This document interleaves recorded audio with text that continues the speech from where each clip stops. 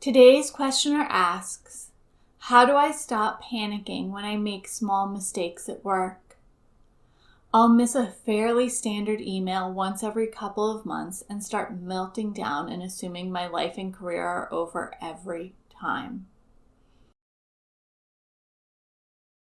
I'm going to give you a two-part answer because I think it's important to not only address the immediate problem of panicking when you make a mistake, but also the bigger problem of what gets you there in the first place.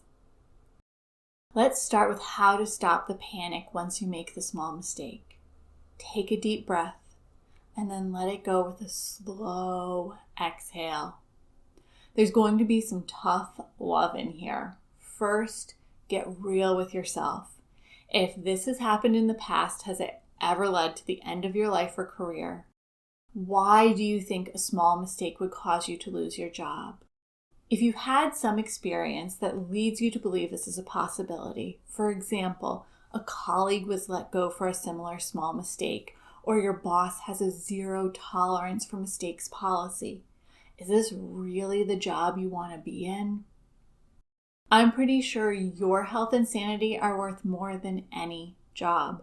I know mine are.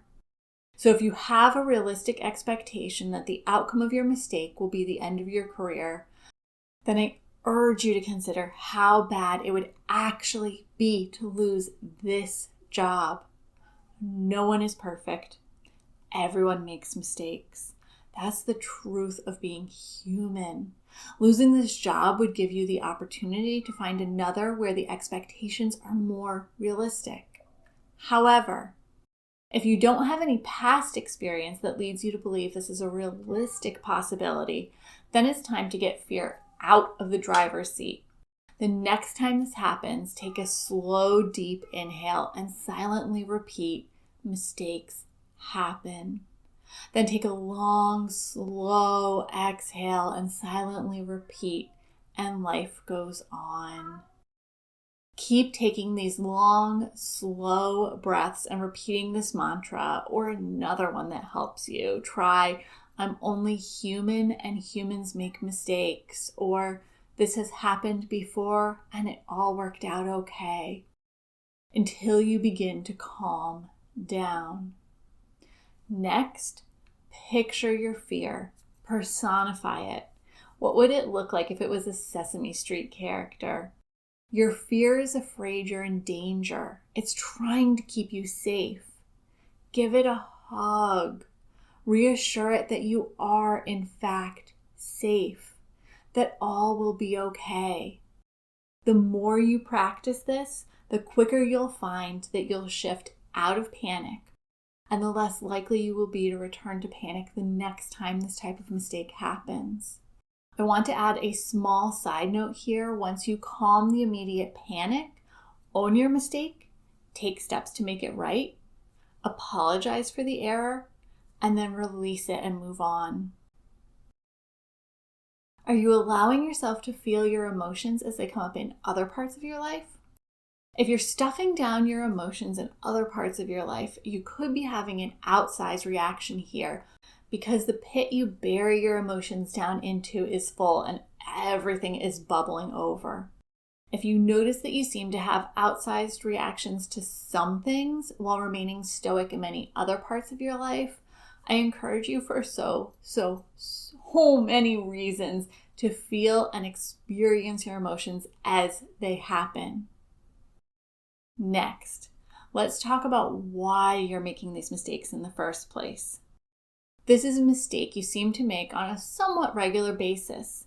Given that it sends you into such a state of panic that you believe your life and career are over, I'm guessing you try everything you can not to make the same mistake again. So I'm left with a few options. You're overworked, overwhelmed, and burnt out. You can't keep on top of everything on your plate no matter how hard you try. Or you're in over your head. The job responsibilities are beyond your current skill set or abilities. Or you need stronger organization and productivity tools to help you stay on top of everything. Let's go through these one at a time. If you're overworked, burnt out, and overwhelmed, It's time to have a conversation with your boss about what's realistic in your position. Hopefully you'll be able to work together to find a way to shift your workload so you can feel more on top of everything. There's also a personal component to this piece. Burnout doesn't only happen as a result of work. It seeps into every aspect of our lives. So this will also require you to get realistic about how you're spending your time outside of work. It's important that you prioritize self-care because self-care is how we recharge and refill our mental, emotional, and physical energy reserves. And remove anything from your life that's not in alignment with your unique priorities and values. I know this sounds counterintuitive, but the more self-care you get, the more productive you'll actually be. Because if your energy reserves are full, you'll be able to operate at peak efficiency. I like to compare this to driving around in a brand new Tesla or a 1970s Pinto. One is power everything, the other is going to struggle to go up hills. You can learn more about self-care and building a self-care routine that works for you and your life in my free self-care toolkit. I'll add a link to download your copy in the show notes below. Next, let's explore the possibility that you're in over your head. If this is the case, you can again talk to your boss and see if there's a way to make the job a better fit for you. Or you can consider what alternatives would look like. A great tip to keep fear out of the driver's seat here is to begin to take steps to make sure you have several months worth of savings to tide you over if for some reason you lose this job before finding another one. Finally, it's possible you need stronger organization and productivity tools. There are many tools and techniques you can implement to help you become more productive. I created a free productivity workshop to help you get started on this process and learn how to do more while doing less. I'll add a link to this workshop in the show notes below. But there's a limit to how much you can do with productivity tools and techniques. You're still limited by the number of hours in the day and the amount of energy you have. So the key here is making sure you've got a good mental and emotional hygiene routine.